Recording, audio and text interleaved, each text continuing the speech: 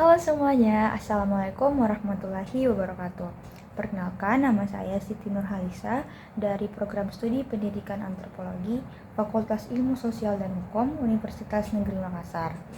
Nah, di sini saya akan menjelaskan sedikit mengenai manusia Bugis dari buku Manusia Bugis karya Christian Pelres. Nah, jadi langsung saja kita masuk di pembahasannya. Oke. Kalau kita membicarakan tentang manusia Bugis, kita sedang berbicara tentang salah satu suku besar di Indonesia yang terutama mendiami wilayah Sulawesi Selatan. Nah, mereka punya sejarah panjang, tradisi kaya, serta identitas yang kuat terbentuk dari gabungan cerita asal-usul, pengalaman sejarah, hingga nilai-nilai budaya yang masih hidup sampai sekarang. Nah, langsung saja kita masuk di asal-usul dan identitas masyarakat Bugis itu sendiri. Nah, masyarakat Bugis punya banyak cerita tentang asal-usul mereka. Ada yang berdasarkan mitos dan ada juga yang berdasarkan kajian sejarah. Nah, dalam mitos Bugis ada yang namanya dikenal istilah Tomanurung. Mungkin teman-teman sekalian juga pernah mendengar kata Tomanurung. Nah, Tomanurung itu adalah manusia yang dipercaya turun dari langit untuk menjadi pemimpin pertama. Nah, misalnya ada kisah Tomanurung di Luwu yang menjadi raja pertama di kerajaan itu. Nah, cerita ini bukan hanya dongeng, tapi juga mencerminkan bagaimana orang Bugis memandang pemimpin sebagai sosok yang istimewa, punya kewibawaan, yang diyakini mendapat mandat dari kekuatan yang lebih tinggi. Nah, kalau dari sisi sejarah, orang Bugis dianggap bagian dari rumpun Austronesia. Itu artinya mereka juga punya nenek moyang yang sama dengan banyak suku lainnya yang ada di Indonesia, bahkan dengan orang-orang di Kepulauan Pasifik. Nah, mereka datang dan menetap di Sulawesi, kemudian membentuk masyarakat dengan sistem sosial, bahasa, dan adat sendiri. Nah, kemudian identitas Bugis sendiri juga terkenal kuat. Mereka bangga menyebut diri sebagai orang Bugis, dan salah satu nilai yang paling terkenal adalah Siri Napace. Mungkin juga teman-teman pernah mendengar Siri Napace, apalagi orang-orang dari Sulawesi Selatan. Ya, jadi Siri itu berarti harga diri, kehormatan, dan martabat. Nah, sedangkan Pace itu sendiri berarti solidaritas, empati, dan kebersamaan. Contohnya, kalau ada seseorang dipermalukan, maka itu dianggap melukai sirinya. Nah, makanya orang Bugis sangat menjaga nama baik keluarga maupun kelompoknya. Nah, nilai ini masih hidup sampai sekarang. Misalnya, banyak orang Bugis yang merantau ke berbagai daerah di Indonesia, bahkan ke luar negeri. Mereka tetap berpegang pada siri itu sendiri. Artinya, mereka harus sukses, tidak boleh pulang dengan tangan kosong, karena itu menyangkut harga diri mereka. Nah, kemudian kita masuk di kehidupan sosial dan budayanya. Nah, masyarakat Bugis punya struktur sosial yang cukup kompleks. Dulu ada pembagian antara bangsawan, rakyat biasa, hingga budak.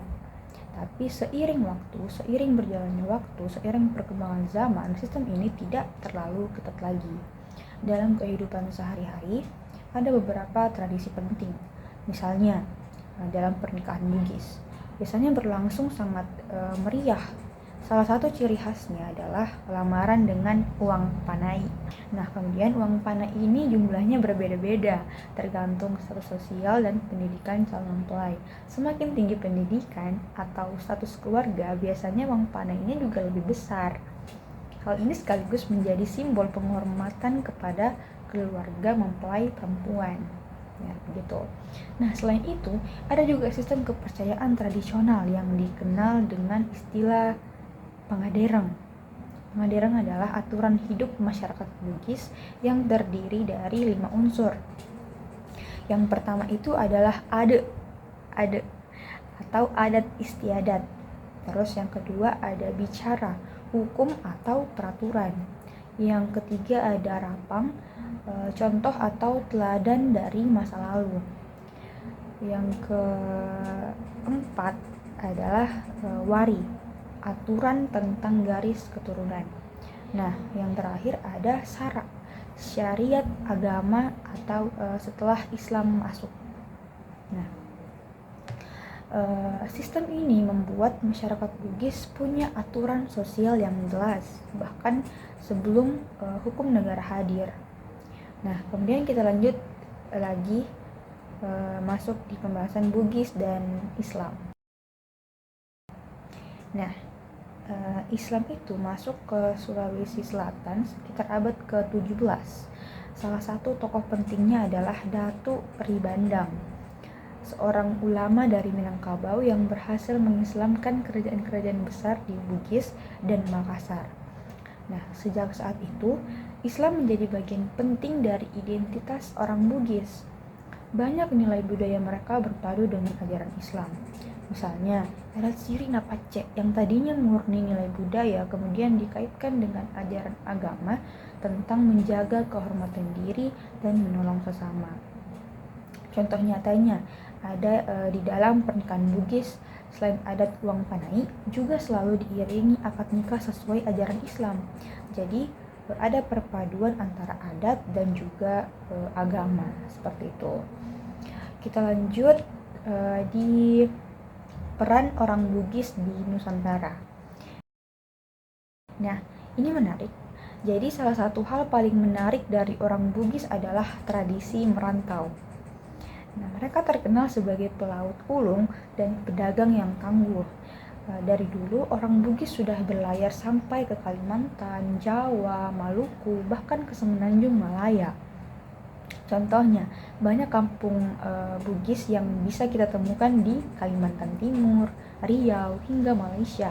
Sampai sekarang pun, kalau kita pergi ke daerah pesisir di luar Sulawesi, sering ada kampung Bugis di sana. Selain sebagai pedagang, orang Bugis juga punya reputasi sebagai prajurit tangguh. Nah, di zaman dulu, mereka sering disewa sebagai tentara bayaran oleh kerajaan lain karena terkenal berani dan setia. Sehebat itu orang Bugis ya. Nah, tradisi merantau ini bukan sekedar mencari penghasilan, tapi juga terkait dengan siri. Nah, lagi-lagi siri.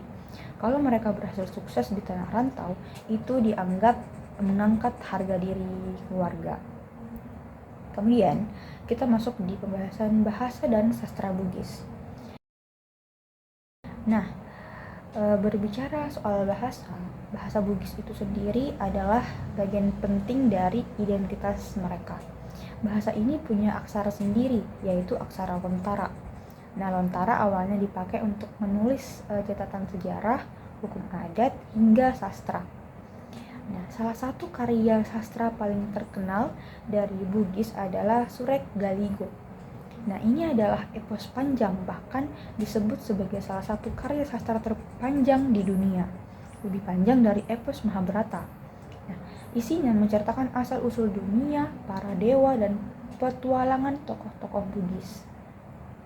Surek Galigo bukan hanya cerita mitologi, tapi juga menggambarkan nilai-nilai seperti kepahlawanan, keadilan, dan hubungan manusia dengan alam. Nah, kemudian kita masuk di nilai modern dan kehidupan sekarang.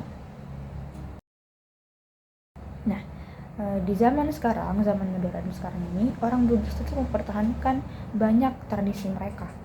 Misalnya, masih ada acara babak palili atau ritual turun ke sawah. Masih ada perahu pinisi yang sampai sekarang diakui UNESCO sebagai warisan budaya dunia. Banyak orang Bugis juga menempati posisi penting di Indonesia. Misalnya, B.J. Habibie, Presiden ketiga Republik Indonesia, adalah keturunan Bugis Gorontalo. Orang Bugis juga banyak yang sukses sebagai pengusaha, akademisi, politisi, dan tokoh agama. Identitas mereka sebagai perantau membuat mereka mudah beradaptasi, tapi tetap bangga dengan asal-usulnya. Nah, itu saja yang mungkin saya sampaikan mengenai manusia Bugis atau masyarakat Bugis. Mungkin itu saja sedikit dari saya. Mungkin kita juga bisa menarik kesimpulan dari penjelasan saya tadi. Jadi kalau kita lihat secara keseluruhan, manusia Bugis adalah contoh bagaimana sebuah suku di Indonesia membangun identitasnya melalui gabungan antara mitos, sejarah, adat, agama, dan pengalaman merantau. Nah, lagi-lagi nilai Siri Napace, tradisi Pengedereng, karya sastra Lontara, hingga keberanian mereka merantau menjadikan orang Bugis sebagai salah satu kelompok etnis yang sangat berpengaruh. Tidak hanya di Sulawesi, tapi juga di seluruh Nusantara. Jadi itu saja penjelasan singkat dari saya. Semoga kalian, teman-teman semua, mendapat sedikit ilmu dari penjelasan saya tadi, mendapat sedikit pemahaman dari penjelasan saya tadi. Saya akhiri sampai di sini. Assalamualaikum warahmatullahi wabarakatuh.